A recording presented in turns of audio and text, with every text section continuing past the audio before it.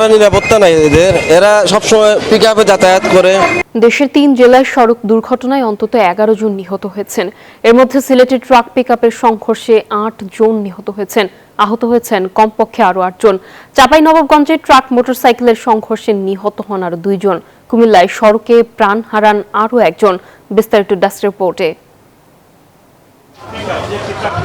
সিলেট শহর থেকে পিকআপে করে দক্ষিণ সুরমার দিকে যাচ্ছিলেন কয়েকজন নির্মাণ শ্রমিক। কথা ছিল বিল্ডিং এর ছাদ ঢালাই করবেন, পাবেন মজুরি। রোববার সকালে তারা যখন দক্ষিণ সুরমার তেলিবাজার এলাকায় পৌঁছান, তখন বিপরীত দিক থেকে আসা একটি কাঠ বোঝাই ট্রাকের সাথে মুখোমুখি সংঘর্ষ হয়। এতে ঘটনাস্থলেই নিহত হন 4 জন, আহত হন আরও বেশ কয়েকজন। তাদের উদ্ধার করে সিলেট এজিএম ওসমানী মেডিকেলে পাঠালে সেখানে আরও 4 জনের মৃত্যু হয়। নিহতদের বেশিরভাগের বাড়ি সুনামগঞ্জের দিরাই উপজেলার ভাটিপাড়া গ্রামে। বসুন্ধরা টিস্যু, অশুদ্ধতার বিরুদ্ধে এক বিন্দুও ছাড় নয়। মেডিকেল আইয়া মনে আমার ভাইজি জামাই লাইছে,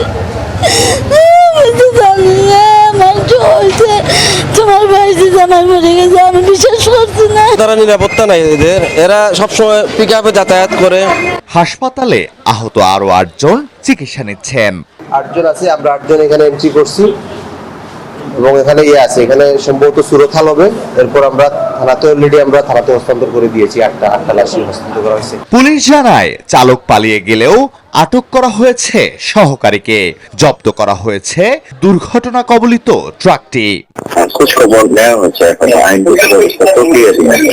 একজন আটক আছে হেল্পার, কিন্তু তার থেকে তথ্য সংগ্রহ করা হচ্ছে, প্রক্রিয়াধীন আছে। এদিকে সকালে চাঁপাইনবাবগঞ্জের নাচলে ট্রাক ও মোটরসাইকেলের মুখোমুখি সংঘর্ষে শ্যালক ও দুলাভাই নিহত হয়েছেন। ট্রাকটি জব্দ হলেও পালিয়েছে চালক। এছাড়াও কুমিল্লার দেবিদ্বারে কুমিল্লা সিলেট আঞ্চলিক মহাসড়কে বাবার মোটরসাইকেল থেকে ছিটকে পড়ে এক শিশু নিহত হয়েছেন। Desk report, news 24।